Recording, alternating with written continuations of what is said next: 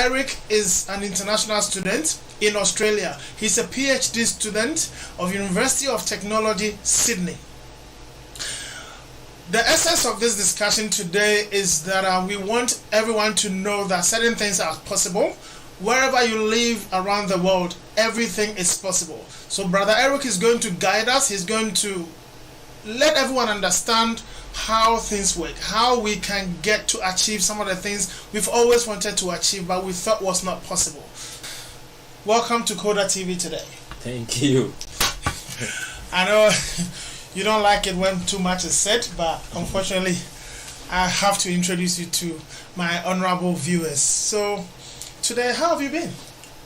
We've been alright. It's all good and we are coping. Thank God that you are coping. Yeah. Look, I want us to discuss a few things. You know, you and I understand that before you came into Australia, maybe you had some information or you didn't know much about how to get out, but then you've managed to be able to get this achieved. And so what I want to discuss with you today is, who is Brother Eric? So, Eric Tobino is a Ghanaian. I born to Ghanaian parents, studied, schooled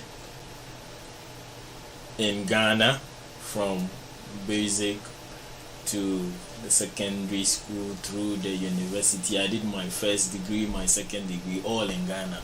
Wow. And yes, I've worked quite some time with a lot of experience. I know you don't want to let the cat out, but today you will let the cat out. You know, you will let the cat out. In Ghana before. You will let the cat out, brother. We were traveling to Australia. What were you doing in Ghana? So tell my viewers, what were you doing in Ghana, Eric? So I'm a trained physiotherapist. Okay. I graduated from the University of Ghana, the only university in Ghana. Oh, please. a certain guy who is doing some short videos now on YouTube. He calls himself a Cabernet. He says Raigon. Right. So you mean Legon, yeah? Yes, so, Legon, the only university in Ghana. A Cabernet says Raigon. In a way, he will twist his lips. Yeah. So you graduated. So I graduated from the only university in Ghana in 2010 as a physiotherapist, and then I did my post training. We call it internship in the Volta Regional Hospital, now who teaching hospital. Okay. From October 2010 to November 2011. Oh, okay. And then I moved to East Akim Municipal Hospital. I moved to East Akim Municipal Hospital to take care of the physiotherapy department. So I was actually the physiotherapist in East Akim Municipal Hospital. At the same time, the physiotherapist in charge of that department. Oh, okay.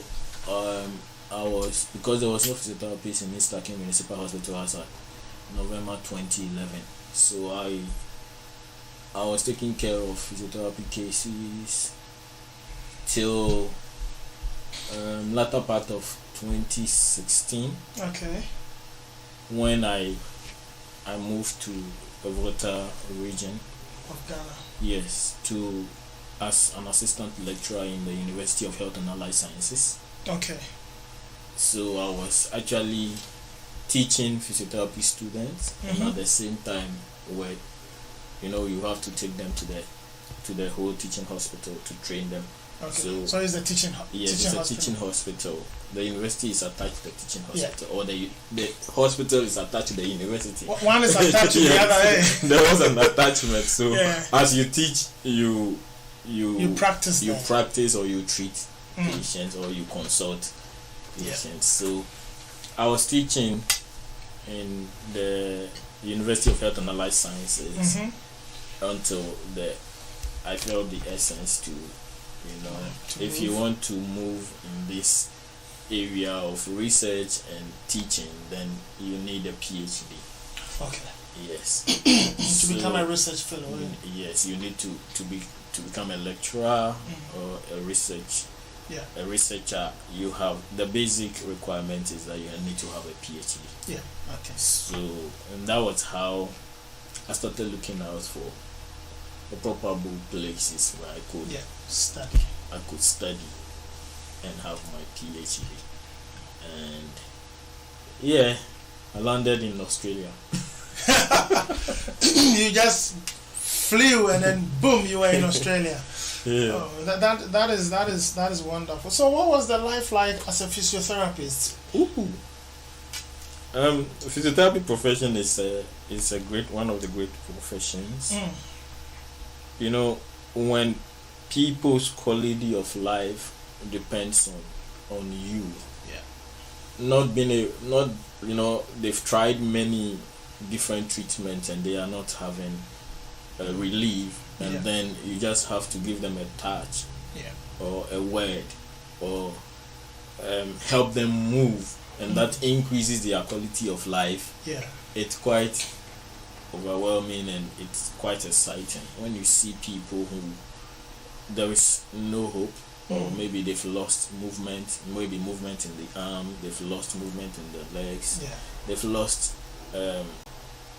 functions, and you just have to use physical methods to bring them back to normal life. Wow. It's quite an exciting occupation. So should we say it's very much satisfying? Really satisfying, because when you are dealing, physiotherapists don't only deal with individual patients. You are treating patients and their families, and that affects a community. So imagine your sibling or a family member suffers a stroke, and maybe they've tried, in Ghana people will go herbal. They will go from concussion to concussion and waste a lot of time out there, try many other things, and at the end result they are coming to the hospital where only little could be done because they've wasted the time of recovery. But then when, as a physiotherapist, you cannot say, no, we cannot treat this. You need to do whatever you have to do in order to help this person, at least even if you can improve just a level of their quality of life. It's satisfying. Wow. Wow. I can imagine how it will feel for someone who cannot walk or move at all, like struggling with mobility, and then by some means you are able to assist to get the person to begin to start doing what he could not do before. For the person who has movement in the limbs, or somebody who is able to walk normally, you might think walking is that easy. Wow. You would know that walking is very difficult when you are now trying to re-educate someone to walk. So today you are walking on 2 feet, you are so happy, you think it's so easy. It's so easy. But when you are at that verge where you need to be re-educated, we call it re-education, in order to walk again, walking re-education, then you will know that it's a skill that you need to learn, and it's very difficult. How to even balance yourself? I'm telling you. How to manage to get both legs to stand? I can imagine. I remember the first day I tried to ride a bicycle. You don't want to know, bro. You don't want to know. It's difficult. But then there are skills. You just have to I remember, for instance, you have a fracture and you've been advised that maybe you should use a walking aid. Maybe you have a fractured left lower leg. And and then you have to use an aid to help you walk, maybe after a POP or a cast. Yeah. And maybe you need to work on auxiliary crutches, or you need to use, a walking aid. It will be very difficult. You can imagine. I can imagine how it will feel for somebody who used to do everything for himself, and all of a sudden he needs someone to move. Yeah. Or maybe he needs something else to move. Someone has undergone a total hip replacement or a total knee replacement, and you need to get this person walking. The orthopedic surgeons would want you to walk as because the earlier you get out of bed, the better your recovery. So working as a physiotherapist is quite satisfying, and it's quite fulfilling. Yeah. And my interest basically was in the field of rehabilitation. Okay. Because I don't know if because from the part where I am growing up, you don't get a lot of acute cases, because cases we have this issue of late reporting or late diagnosis, and people will not get to the hospital in those acute stages. They would come with chronic conditions. So rehabilitating chronic conditions is an interest. And let me ask you one thing. What was your worst day as a physiotherapist? Ooh. Did you have a day that you could say, this day I regret even being a physiotherapist? Like your worst day as a physiotherapist. Can I have a worst day? Right. When it comes to treating a condition, my own is to look at whatever the person is presenting, ask few questions, and ask how can I improve through a physical method. So I'm just listening to the patient, do some subjective examinations, and then do some objective assessment, do some measurements, and do some check transfers, mobility, range of movement in the joint, and all that. So that's basically what I do as a physiotherapist. But then my worst day at work, let's say the most challenging day, it's that day when there was this lady who came with, it's a young lady, I think she was less than 28 years, and came with stroke. Oh no. And until then, in school, stroke then was a disease of the aged. You don't expect a young person to have stroke. It's news to get to hear that, especially to come with hemiplegia. And this young lady came in with stroke, secondary to HIV. Whoa. Yeah. Wow. Yeah. And she could have, I don't know how I would say it, but then if she had, I think she failed to recognize the fact that she was diagnosed with HIV.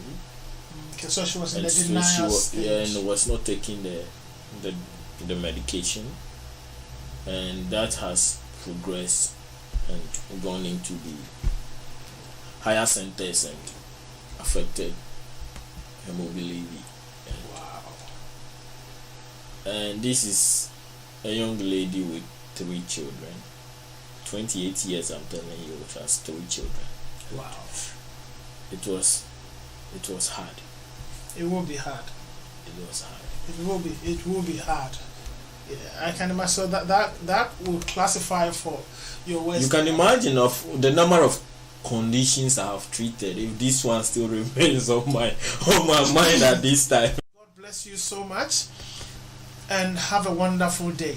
Thank you for joining us, but don't forget to subscribe to this channel. Write your comments under the comment section. Share this video to as many people as you can. Let us build a family which we can use to help each other. We want you to be a believer. In all this, we are talking about this as people who are living on earth, but we have heaven as our ultimate hope. So don't worry about anything. We are here to help you as a family. God bless you. Stay blessed. And remember, Coda TV is here to reconcile you and I back to the source. That is back to God. Stay blessed and have a wonderful day. Physiotherapy, reconciling humanity to the source. Stay blessed.